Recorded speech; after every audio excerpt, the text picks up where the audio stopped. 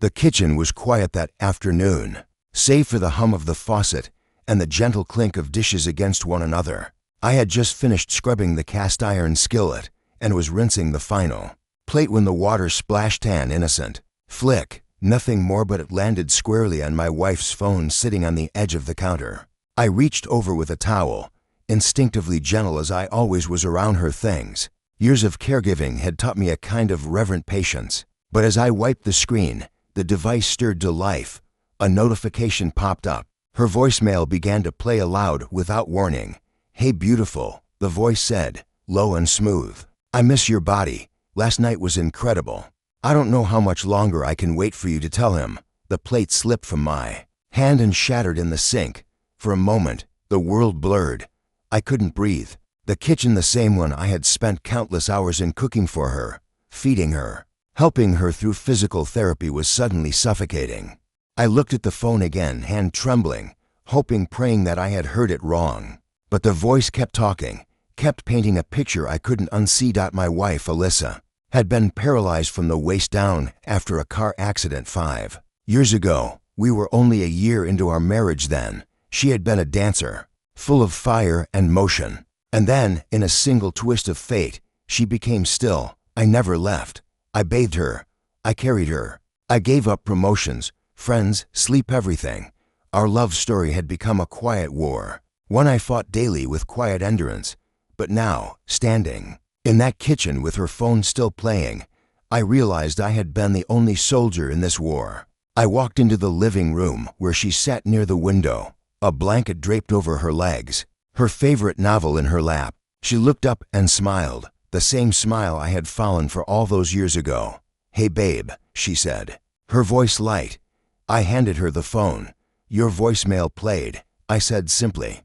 Her face drained of color. She tried to reach for an excuse, some lie to cover what was already exposed, but I held up a hand.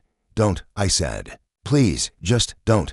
The silence between us was deafening. She began to cry. It was a mistake. I didn't mean for it to happen. "How long?" I asked, voice calm but hollow. 3 months. She whispered. 3 months. 3 months of lies, of pretending, of kisses and whispered goodnights, of asking me to hold her closer while another man held pieces of her heart behind my back. I nodded slowly. "Does he know?" She hesitated. "He thinks I'm leaving you? That we're done? And are we?" I asked. She looked away. "I don't know." That was the answer. Not yes, not no. Just a cowardly escape into uncertainty. I walked outside. The late afternoon sun was blinding, the kind that should have warmed me, but I felt cold. I sat on the porch step, head in my hands, trying to wrap my mind around what had just happened. I thought about the nights I stayed up with her through pain and nightmares, the times I carried her to the bathroom when she couldn't move, the days I canceled work to drive her to specialists to help her believe that life was still beautiful. I had never resented her, not once. I thought our love was the kind that conquered storms, apparently. It was the kind that drowned silently. Later that evening, I made her dinner. Just like I always did, I didn't say a word. Neither did she. The silence was heavier than any words we could exchange. Days passed. She tried to explain. She told me she felt broken, that she needed to feel wanted, that he made her feel alive.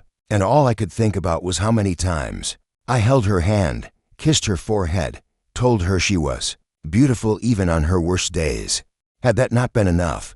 Or had she stopped hearing me long ago? I couldn't sleep anymore. Her breathing next to me, once a comfort, became a bitter reminder of everything we'd lost. Eventually, I began to pull away. I no longer kissed her. Good morning. I no longer brought her coffee the way she liked it, with 1 sugar, no cream. I still helped her with the basics, but the warmth in my hands was gone. "One evening," she said, "I ended it with him." I looked at her. "Why?" "Because I love you," she said. "Because I made a mistake. But love wasn't enough anymore. Not after betrayal. Not after seeing how easily I was replaced, even while holding her world together." I didn't yell. I didn't cry. I just packed a small bag, wrote a note, and left. The note said, "I gave you every part of me, even when I had nothing left. I fought for you when life broke you, and you gave the pieces to someone else. I won't hate you, but I can't stay. I moved into a one-bedroom apartment across town. Started therapy. Took a promotion I had once declined. I stopped checking on her. Stopped asking how she was. It hurt like hell, but pain was honest. Her love hadn't been. Months later, I ran into a mutual friend who told me Alyssa had started rehab again, more serious this time. That she had moved into her parents' home and didn't speak much anymore. I nodded, thanked them, and walked away. I didn't wish her harm, but I didn't wish to go back either.